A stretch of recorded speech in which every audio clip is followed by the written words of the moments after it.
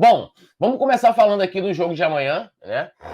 Pedir para a produção colocar aí os relacionados para a partida, né, desse sábado, ou perdão, desse domingo, às 16 horas, Curitiba e Flamengo, e a gente vai destrinchando aqui os jogadores que não vão poder atuar. Tá aí na tela, os relacionados para o jogo de amanhã: Ayrton Lucas, Cleiton, Diego, Pulgar, Cebolinha, Fabrício Bruno, Felipe Luiz, Hugo Souza, Igor Jesus, João Gomes, Cauã, Léo Pereira, Marcos Paulo, Marinho, Mateusão, Matheus Cunha, Matheus França, Matheus Gonçalves, Mateuzinho, Pablo, Rodinei, Thiago Maia, Vidal e Verton.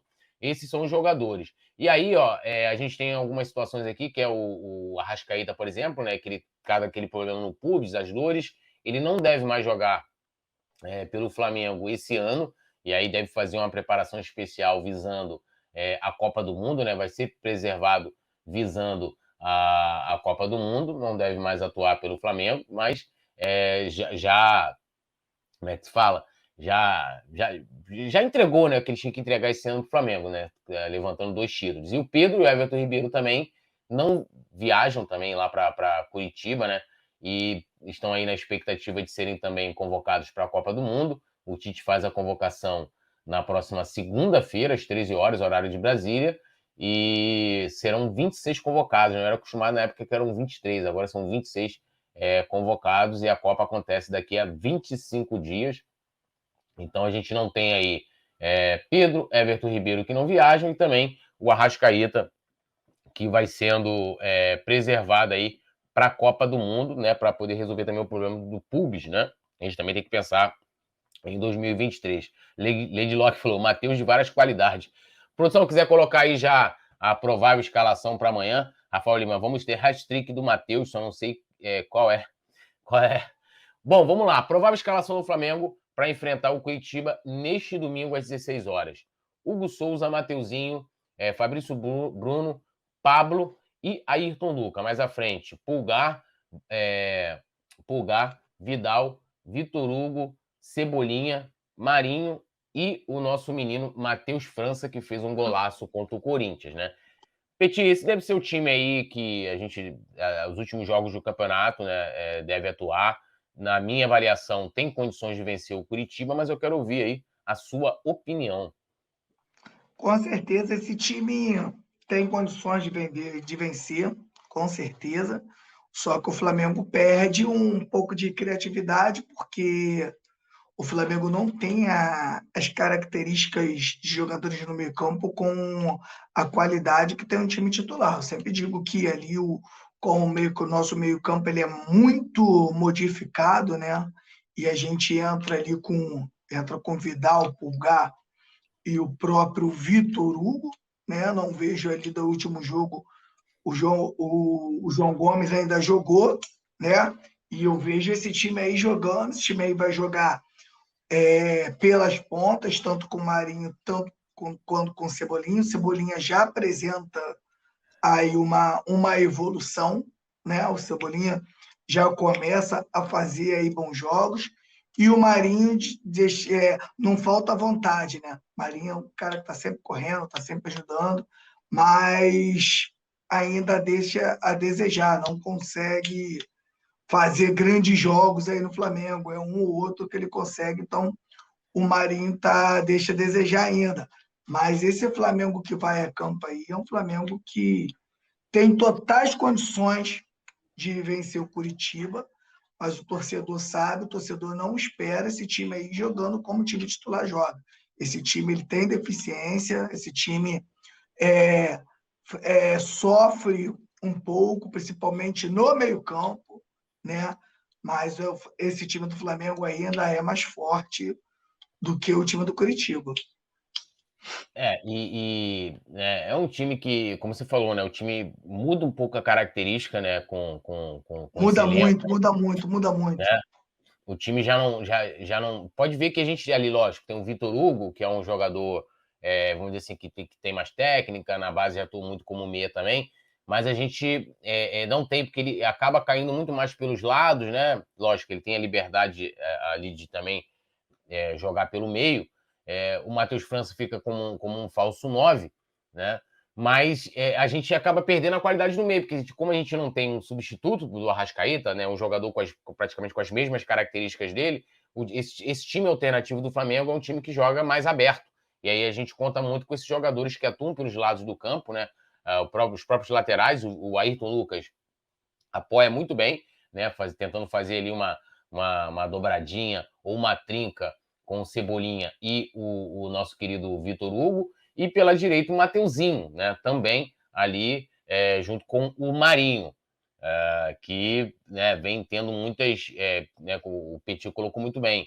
Ele oscila, né? O Marinho não tem uma regularidade muito grande, né?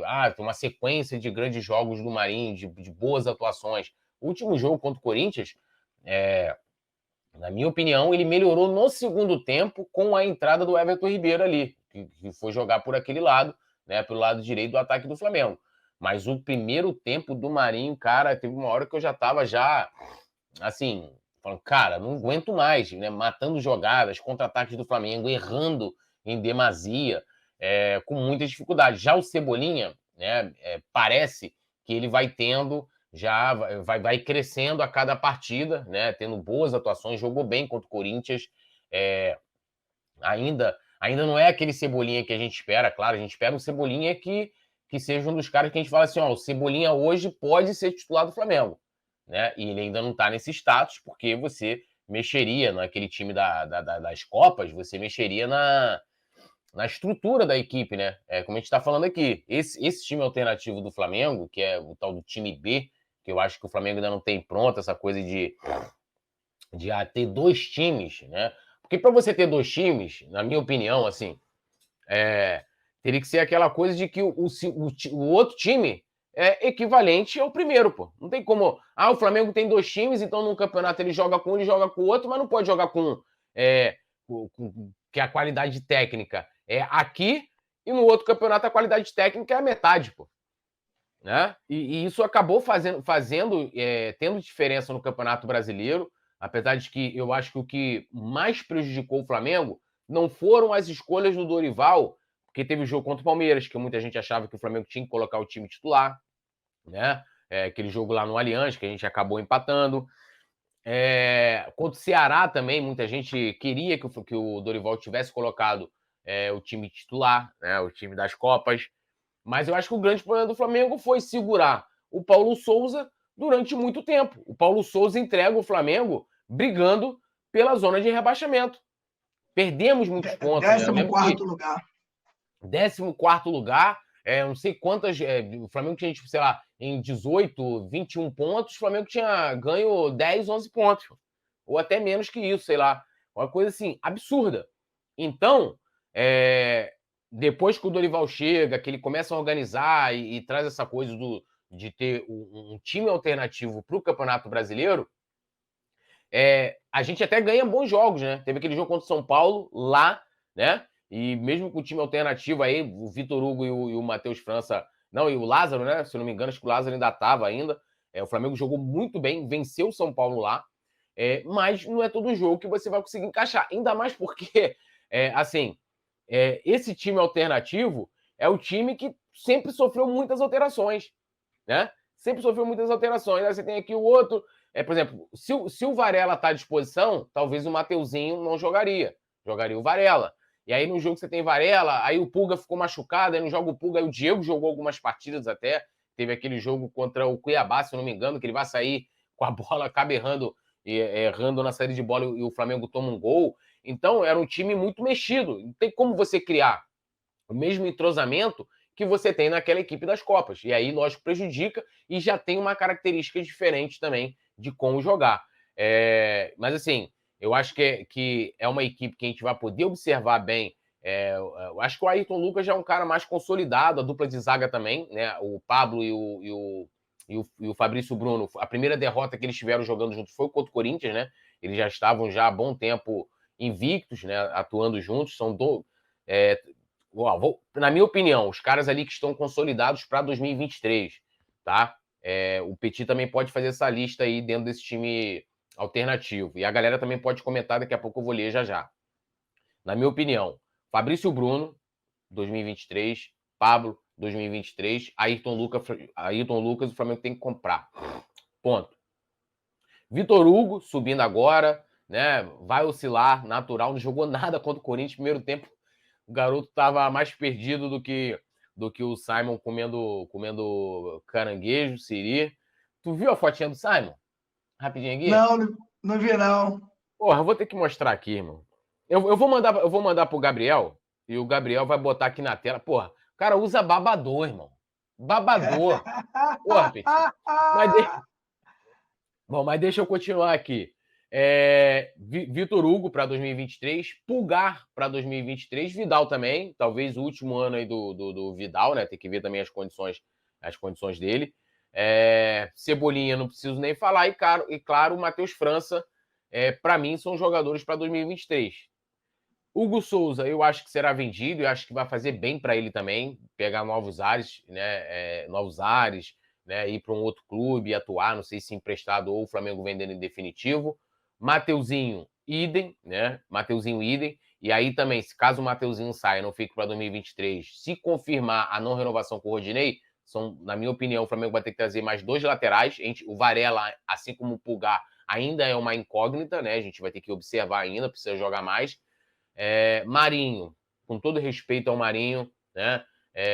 Também não dá, acho que o Flamengo deveria negociar. Mas eu quero ouvir você, Petit, desse time aí dessa provável escalação. Você falou muito bem aí, cara. Concordo com tudo que você disse aí. Começar pelo goleiro, que é o Hugo. Hugo, na minha opinião, precisa de novos ares, né? O Mateuzinho já não vem entregando há um bom tempo, né? O que se espera de um lateral a nível de Flamengo, mas é um garoto muito novo, né? De repente o Flamengo entenda que ele possa fazer parte aí de 2023 e tal. Eu acho que você ter um Mateuzinho no banco é uma coisa, só que eu acho que ele não briga pela titularidade, né? Fabrício Bruno e Pablo consolidado, o Ayrton Lucas, se o Flamengo comprar, é outro cara aí que vai brigar pela titularidade com o Felipe Luiz. O Eric Pulgar já mostra uma qualidade, gostei muito do jogo que ele fez contra o Corinthians, né? O Vitor Hugo é uma prata da casa, está se consolidando aí, vai oscilar, não tem jeito. O Arturo Vidal, não vê, eu sempre digo aqui, o Arturo Vidal jogando no segundo tempo é uma coisa, o Arturo Vidal entrando no primeiro tempo, com o jogo começando, aí já é um caso a pensar, né? O Flamengo já, na minha opinião, já perde com o Arturo Vidal em campo. É um jogador que tem uma certa idade e não corre o que o João Gomes corre em campo, né? Não corre por um espaço menor, um jogador muito inteligente, tem um bom passe, mas eu acho que o Flamengo perde um pouco com o Vidal em campo quando ele entra no primeiro tempo. Eu não vejo o Vidal titular dessa equipe. Marinho, se eu fosse o Flamengo, arrumava um dinheiro nele, que o Marinho tem muito mercado, muitos clubes, né, querem o Marinho, Cebolinha melhorando muito, e esse Matheus França aí, para mim, é o cara que vai dar o que falar, tá? Esse Matheus França aí é muito bom. Moleque muito novo, moleque sempre chega na frente dos zagueiros, muita personalidade ele tem, sabe fazer gol, e para mim acho que a surpresa boa do Flamengo é esse garoto aí, Matheus França.